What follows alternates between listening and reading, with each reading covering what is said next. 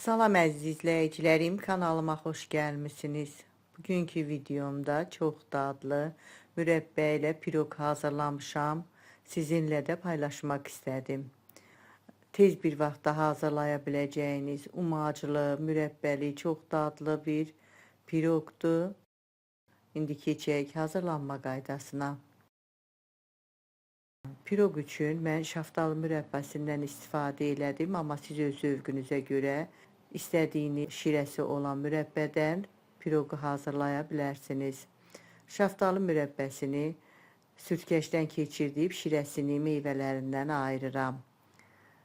Başqa bir qabda 200 ml stəkanla 4 stəkan un götürmüşəm. Unu ələkdən keçirtmişəm. Üzərinə 1 paket 10 qram qabartma tozu, 1 paket 5 qram da vanil əlavə edirəm. 4 dolu xörək qaşığı şəkər tozu, 200 qram da otaq temperaturunda olan doğranmış kərə yağını əlavə edirəm. Bu ərzaqları əlimlə ovuşdurub umac halına gətirirəm. Piroq üçün istifadə elədiyim ərzaqların ölçülərini videomun açıqlama bölümündə də qeyd eləmişəm. Umacı hazırlayandan sonra 3 xörək qaşığı qədər umacdan ayırıram. Sonda piroqun üstünə səpmək üçün istifadə eləyəcəm. Başqa bir qabda yağlılığı 10% olan 150 qram da xama götürmüşəm. Çay qaşığının 1/3 qədər də soda əlavə edib qarışdırıram. İstəyə görə xamanı qatıqla da əvəz eləmək olar. Stəkanın başından bir barmaq aşağı şaftalı şirəsini əlavə edib bir yerdə biraz qarışdırıram. Umacın ortasında biraz oy qaçıram. 3 ədəd sındırdığım yumurtanı əlavə edirəm. Üzərinə də biçimlik duz əlavə edəndən sonra əvvəlcə yumurtanı duzla bir yerdə çəngəllə biraz yaxşı qarışdırıram. Qarışdırandan sonra hazırladığım xamalı, şirəli qarışımı əlavə edirəm.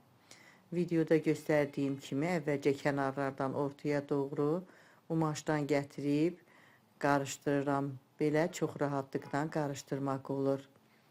Xəmir üçün əlavə un tökmürəm. Un çox olanda xəmir bərk olur, onda piroq da bərk alınır. Belə gördüyünüz kimi qatı bir xəmir alındı. Piroqu bişirəcəyim formanın içinə 1 xörək qaşığı qədər bitki yağı tökmüşəm. Formanın hər yerinə yağ çəkirəm. İstifadə elədiyim forma yapışqan olmadığı üçün yağlı kağız sərmirəm, amma əgər sizin formanız yapışqan olarsa, onda yağlı kağız sərsəniz daha yaxşı olar. Hazırladığım xəmirin hamısını formaya boşaldıram. Belə bir qatı xəmirdir. Spatula ilə formanın içinə yayıram. Daha rahat yaymaq üçün arada spatulanı bitki yağına batırıram. Onda çox rahatlıqla formanın içinə yaymaq olur. Xəmiri yayandan sonra əvvəlcə ayırmış olduğum umacın 1 xörək qaşığı qədər xəmirin üstündən səpirəm. Onu da qeyd edeyim ki, istifadə elədiyim formanın diametri 30 santimetrdir. Sonra şirəsi süzülmüş şaftalılardan piroqun üstünə düzürəm. Mən piroqu şaftalı mürəbbəsi ilə hazırladım. Çiyələk mürəbbəsi ilə də çox dadlı olur. İstənilən şirəsi çox olan mürəbbələrlə bu piroqu hazırlamaq olar. Sonda ayırmış olduğum umacın hamısını meyvələrin üstündən səpirəm. Bu qaydada hazırlayandan sonra öncədən qızdırdığım 180 dərəcəlik sobada 30-35 dəqiqə bişirirəm. Piroq artıq bişib, hazırdır. Sobadan çıxartmışam. Çox yaxşı bişib. Çox gözəl piroq alınıb. Qoyuram qalır, tam soyuyur. Formadan da çox rahatlıqla çıxır. Heç bir dağılma olmur. Əgər sizin də evdə belə şirəli mürəbbəniz varsa, bu qaydada bu piroqdan çox rahatlıqla hazırlaya bilərsiniz. Kəsək görək içərisi necə bişib. Çox gözəl piroq alınıb. Siz də hazırlayın. Hazırlayacaq olan hər kəsə öncədən nuş olsun deyirəm. Videomu sonacan izlədiyiniz üçün sizə öz təşəkkürümü bildirirəm.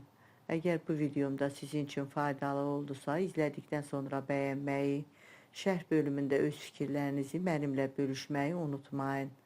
Sağ olun, yeni videolarda görüşənədək.